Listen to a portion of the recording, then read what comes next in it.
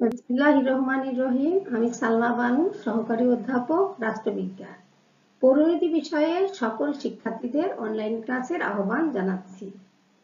তো আজ আমি তোমাদের পৌরনীতি ও সুশাসন প্রথম পত্রের চতুর্থ অধ্যায় ই গভর্নেন্স ও সুশাসনের উপরে একটা ক্লাস নেব। তোমরা সবাই ই গভর্নেন্স ও সুশাসন বইটা অধ্যায়টা বের করো। দেখো, তো তোমাদের আগে তোমরা আশা করছি সবাই ভালো আছো আজকে। তো তোমাদের আগে কিন্তু আমি ই গভর্নেন্স এর উপর আর একটা ক্লাস দিয়েছিলাম। সেখানে তোমরা ই গভর্নেন্স এর ধারণা, ই গভর্নেন্স এর কার্যক্রম, ই গভর্নেন্স এর উদ্দেশ্য সম্পর্কে তোমরা জেনেছো। তারপরও আমি তোমাদের একটু মনে করিয়ে দিতে চাই। তো ই গভর্নেন্স কি? ই গভর্নেন্স হচ্ছে ইলেকট্রনিক গভর্নেন্স। ইলেকট্রনিক গভর্নেন্স মানে ইলেকট্রনিক সরকার। যেহেতু বিজ্ঞান ও প্রযুক্তির উন্নয়নে বিজ্ঞানের অনেক অভূতপূর্ব উন্নয়ন হয়েছে, সেই উন্নয়নকে জনগণের কাজে লাগানোর জন্যই কিন্তু প্রযুক্তির বিকাশ। এই প্রযুক্তি শুধুমাত্র কিন্তু জনগণের জীবনযাত্রায় যে পরিবর্তন এনেছে তা না, সরকার, রাষ্ট্র, সরকারের কার্যক্রমেও কিন্তু বিশাল পরিবর্তন সাধিত হয়েছে। এই পরিবর্তনগুলো কিন্তু লক্ষণীয়, যার ফলে আগের যে সরকার ব্যবস্থা তার সাথে এই সরকার ব্যবস্থায় কিন্তু অনেক পার্থক্য আছে। কারণ আগে তোমাদের এই বইয়ের নাম ছিল শুধু পৌরনীতি, এখন কিন্তু বইয়ের নামটা পরিবর্তন হয়ে গেছে। এই বইয়ের নামটা হচ্ছে পৌরনীতি ও সুশাসন। এই অধ্যায়টার নামও কিন্তু তোমাদের ই গভর্নেন্স ও সুশাসন।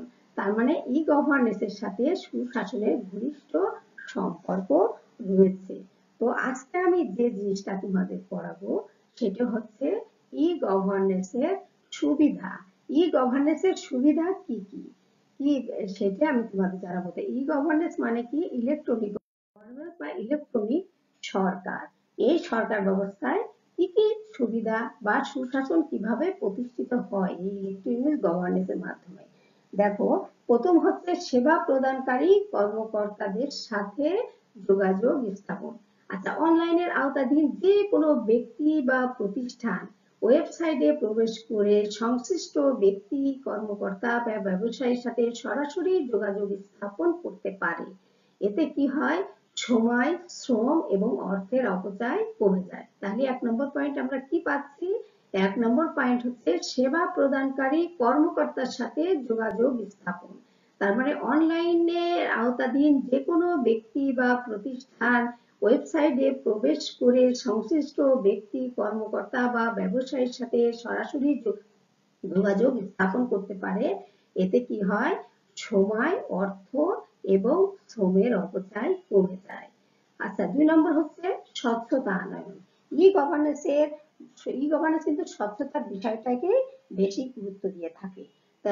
প্রশাসনের সর্বোচ্চ স্তর থেকে সর্বনিম্ন স্তর পর্যন্ত, একেবারে মন্ত্রণালয় থেকে মাঠ পর্যায়ে প্রশাসন পর্যন্ত স্বচ্ছতা আনার উপরে গুরুত্ব দেয়।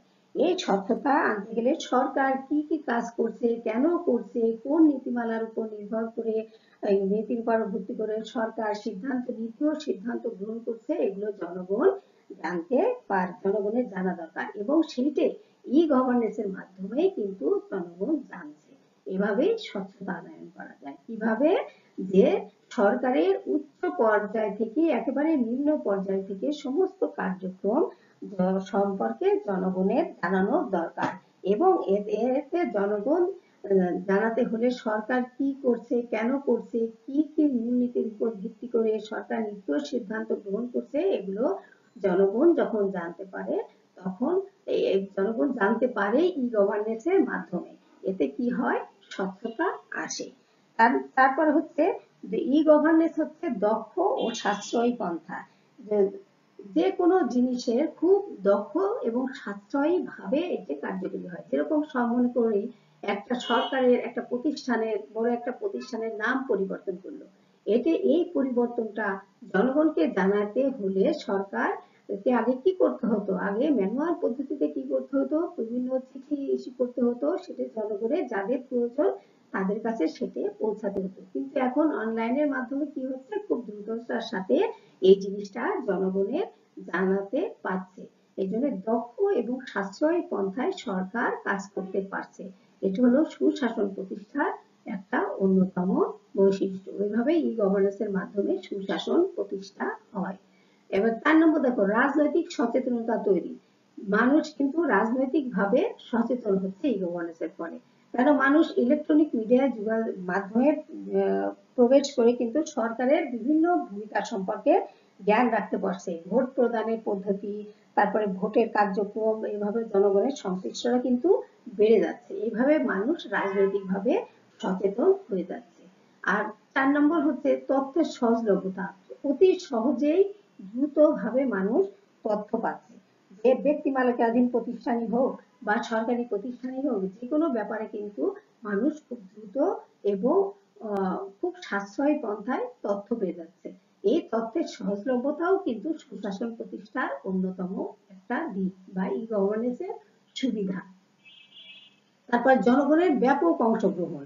যে কোনো কাজ জনগণের, তোমরা তো জানোই এটা হলো গণতান্ত্রিক যুগ। তা গণতান্ত্রিক যুগে কি, গণতান্ত্রিক রাষ্ট্র ব্যবস্থায় জনগণের অংশগ্রহণ কিন্তু অত্যন্ত গুরুত্বপূর্ণ। তো আগে যে সমস্ত মানুষ অনেক ক্ষেত্রে অনীহা প্রকাশ করত, বিশেষ করে যে বর্তমান যুগের যে তরুণ সমাজ, তারা রাজনৈতিক ব্যাপারে অনেক অনীহা ছিল, তারাও দেখা যাচ্ছে যে এই ই গভর্নেন্সের সুবিধার ফলে বিভিন্ন কাজে রাজনৈতিক ব্যাপারে অংশগ্রহণ করছে। এতে জনগণের ব্যাপক অংশগ্রহণ হচ্ছে, ফলে জবাবদিহিতাও কিন্তু বেড়ে যাচ্ছে। এভাবে জনগণের অংশগ্রহণ বেড়ে যাচ্ছে। এভাবে প্রকৃত গণতন্ত্রের দিকে অগ্রসর। 7 নম্বর হচ্ছে প্রকৃত গণতন্ত্রের দিকে অগ্রসর। ই গভর্নেন্স যথাযথ ব্যবহারের মাধ্যমে যে কোনো সরকার প্রকৃত বা যথার্থ গণতন্ত্রের দিকে অগ্রসর হতে পারে।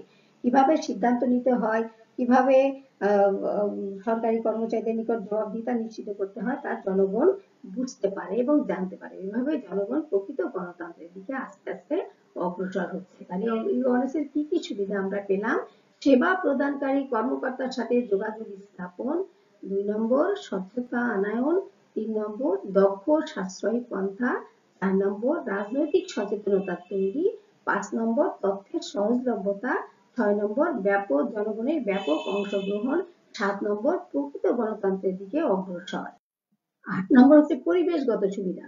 পরিবেশবিদ, সংবাদ মাধ্যম এবং সচেতন জনগণ কিন্তু চাচ্ছে যে অনলাইনের মাধ্যমে সরকার পরিচালিত হোক। এতে পরিবেশ সুরক্ষা পাবে এবং অনলাইনের সুবিধা পাবে এবং পরিবেশগত যে দূষণ, বিশাল কাগজ কলমের যে যজ্ঞ, নীল কল কারখানা, কাগজের যে কাঠ লাগে, এগুলো লাগবে না। এই পরিবেশগত অনেক সুবিধা কিন্তু পাচ্ছে অনলাইনের মাধ্যমে। দ্রুততার অনলাইনের সুবিধার ফলে পরিবেশও অনেক সুন্দর হয়ে যাচ্ছে এবং দ্রুততা ও সুবিধা বৃদ্ধি, দ্রুত এবং সুবিধা বৃদ্ধি হচ্ছে।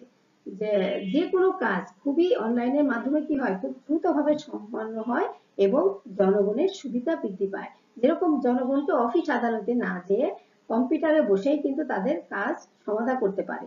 যেরকম যে তোমরা যে ভর্তি হয়েছো কলেজে, সেখানে কিন্তু তোমাদের কলেজে আসতে হয় না, তোমরা অনলাইনের মাধ্যমে কাজটা শেষ, তোমরা আবেদনপত্র সংগ্রহ করেছো এবং জমাও দিয়েছো। এভাবে যারা চাকরি প্রার্থী তারাও হচ্ছে সুবিধা পাচ্ছে এবং যারা অনেক ক্ষেত্রে দেখা যায় যে পঙ্গু বা মানুষের শারীরিকভাবে অসুস্থ, তারা মুভ করতে পারে না, তারাও দেখা যাচ্ছে এই সুবিধাগুলো গ্রহণ করতে পারছে। তাহলে দ্রুততা ও সুবিধা বৃদ্ধি। 8-9 নম্বর পয়েন্ট। 10 হচ্ছে অবাধ ও সার্বজনীন তথ্য প্রবাহ। এই যে অনলাইনের মাধ্যমে সরকার যে তথ্যগুলো দিচ্ছে, এটি কিন্তু আপামর জনসাধারণ এই তথ্যগুলো পেয়ে যাচ্ছে। কেন, কিভাবে সবাই পেয়ে যাচ্ছে, কিন্তু যদি অনলাইন ব্যবস্থা না হতো তাহলে কিন্তু আপামর জনসাধারণ এই অভাব তথ্যগুলো পেত না, নির্দিষ্ট ব্যক্তি হয়তো এই তথ্যগুলো পেত। তাহলে এই যে দেখা যাচ্ছে যে আপামর জনসাধারণ যে এই সরকারি তথ্য সেবা পাচ্ছে, এটি হচ্ছে এই গভর্নেন্সের আর একটা গুরুত্বপূর্ণ বিষয় বা সুবিধা। তো 11 নম্বর হচ্ছে কি সময় বাঁচায়। এটা তো তোমরা বুঝতেই পারছো যে খুব দ্রুততার সাথে খুব কম সময়ে কিন্তু কাজ সম্পন্ন হয়ে যায়। এই জন্য সময় বেঁচে যায়। সময় শুধু সময় বেঁচে যায় না, অর্থও বেঁচে যায় এবং শ্রমও বেঁচে যায়। তাহলে অনলাইনের ব্যবহার ফলে বিভিন্ন সময় বেঁচে যায়, বিভিন্ন সংবাদ প্রেরণ করতে হতো যে ম্যানুয়ালি বেশ সময় লাগতো বা অর্থ লাগতো, সেগুলো কিছুই লাগে না। 12 নম্বর হচ্ছে সরকারের জবাবদিহিতা প্রতিষ্ঠা। সরকার কিন্তু সবসময় স্বচ্ছতা আনয়ন করা এই গভর্নেন্সের মূল উদ্দেশ্য। এই স্বচ্ছতা আনলে কি হবে, জনগণ সরকারের সবকিছু সম্পর্কে জানতে পারবে। সরকার কি করছে, কেন করছে, কি কি মূলনীতির উপর ভিত্তি করে নীতি সিদ্ধান্ত গ্রহণ করছে, এগুলো যখন জনগণ জানতে পারবে তখন সরকারের জবাবদিহিতা এমনিতেই প্রতিষ্ঠিত হয়ে যাবে। এভাবে সরকারের জবাবদিহিতাও ই গভর্নেন্সের মাধ্যমে প্রতিষ্ঠিত হয়ে যায়। 13 নম্বর পয়েন্ট হচ্ছে দুর্নীতি রোধে সহায়ক। এখন দুর্নীতি রোধে তো সহায়ক হবেই, কেননা তোমরা বুঝতেই পারছো যখন সরকার স্বচ্ছ ও জবাবদিহি হচ্ছে তখন দুর্নীতি কিন্তু এমনিতেই কমে যাচ্ছে। সরকার কিভাবে কাজ করছে, কেন কাজ করছে, কোন বিষয়ে কত অর্থ খরচ করছে, এগুলো কিন্তু জনগণ জানতে পারছে। এভাবে দুর্নীতিও ধীরে ধীরে কমে আসার সুবিধা হয়েছে ই গভর্নেন্সের মাধ্যমে। যেহেতু স্বচ্ছ এবং জবাবদিহি সরকার, সেহেতু দুর্নীতিও এমনিতেই কমে যাবে। এরপর দেখা যাচ্ছে আমলাতান্ত্রিক জটিলতা হ্রাস। এই যে আমলাতান্ত্রিক যে জটিলতা ছিল আগে, যে লাল ফিতা দৌড়াতো বলা হতো, যে জনগণ হ্যারাসমেন্ট হতো বা কি হতো, জনগণ একটা তথ্যের জন্য বারবার অফিসে যাতায়াত করতো, কিন্তু দেখা যাচ্ছে যে সেই তথ্যটা তারা পেত না, এই জন্য ঘুষ দুর্নীতির অভয়াশ্রম ছিল আমলাতান্ত্রিক। এখন দেখা যাচ্ছে যে জনগণকে আর এই আমলাতান্ত্রিক জটিলতায় পড়তে হচ্ছে না। যে সমস্ত কাজ সে করতে পারবে সেটা অনলাইনের মাধ্যমে তারা করতে পারবে। এভাবে আমলাতান্ত্রিক জটিলতা হ্রাস করে সহজেই তারা কাজ করতে পারছে। এটাও হচ্ছে ই গভর্নেন্সের সুবিধা। তাহলে আমরা এখানে 8 নম্বর পয়েন্টে কি পেলাম? পরিবেশগত সুবিধা, পরিবেশের দূষণ হচ্ছে না, দ্রুত ও সহজভাবে মানুষ সেবা পেয়ে যাচ্ছে, এবং শুধু সাধারণ মানুষও না, যারা শারীরিকভাবে একটু অক্ষম তারাও এই সেবাগুলো গ্রহণ করতে পারছে, এবং সকল মানুষই কিন্তু অবাধভাবে এই তথ্যগুলো পেয়ে যাচ্ছে। এতে মানুষের কি হচ্ছে? 11 নম্বর সময় বেঁচে যাচ্ছে, আর সরকারের জবাবদিহিতাও প্রতিষ্ঠিত হচ্ছে, কেননা সরকার স্বচ্ছভাবে জবাবদিহিভাবে কাজ করতে পারছে। আর এতে কি হচ্ছে? দুর্নীতি ক্রমান্বয়ে কমে আসবে, আর আমলাতান্ত্রিক জটিলতাও দিন দিন হ্রাস পেয়ে যাচ্ছে। তাহলে আমরা দেখলাম এগুলো ই গভর্নেন্সের সুবিধা, সুশাসন। এভাবেই রাষ্ট্রের সুশাসন, ই গভর্নেন্সের মূল উদ্দেশ্য কি? যে সুশাসন প্রতিষ্ঠা করা। তাহলে ই গভর্নেন্স প্রতিষ্ঠিত হলে কিন্তু এমনিতেই সুশাসন প্রতিষ্ঠা হয়ে যাবে। তাহলে ই গভর্নেন্স এবং সুশাসন কিন্তু ওতপ্রোতভাবে জড়িত, এবং ওদের ভিতরে অনেক ঘনিষ্ঠ সম্পর্ক রয়েছে। তো আমি এই তোমাদের 4th অধ্যায়ে ই গভর্নেন্স ও সুশাসন আমি দুটো ক্লাস নিয়েছি। এখানে তোমাদের মোটামুটি ই গভর্নেন্সে কিছু কিন্তু বাংলাদেশের মতো অনুন্নত দেশে কিছু সমস্যা আছে, যেরকম আমাদের সবাই কিন্তু অনলাইন সুবিধা পায় না, আবার দেখা যাচ্ছে যে যারা পায় তারা অত দক্ষ না, বা যারা দিচ্ছে তারাও অত দক্ষ না, বা এর পয়সা টাকাও বেশি লাগছে। এই কিছু বেশিরভাগই সুবিধা, কিন্তু এই অনুন্নত বা উন্নয়নশীল দেশে কিছু কিছু সমস্যা রয়েছে। এই সমস্যাগুলো কাটিয়ে উঠতে পারলে অনলাইন ই গভর্নেন্স পুরোটাই সুবিধা অর্জন করতে পারবে এবং রাষ্ট্রের সুশাসন প্রতিষ্ঠিত হবে। তো আজ এ পর্যন্তই। আগামী ক্লাসে ইনশাল্লাহ তোমাদের সাথে অন্য কোনো বিষয়ে আমার দেখা হবে এবং ক্লাস হবে। ততদিন তোমরা সবাই ভালো থাকো এবং সুস্থ থাকো। সবার সুস্থতা কামনা করে শেষ করছি।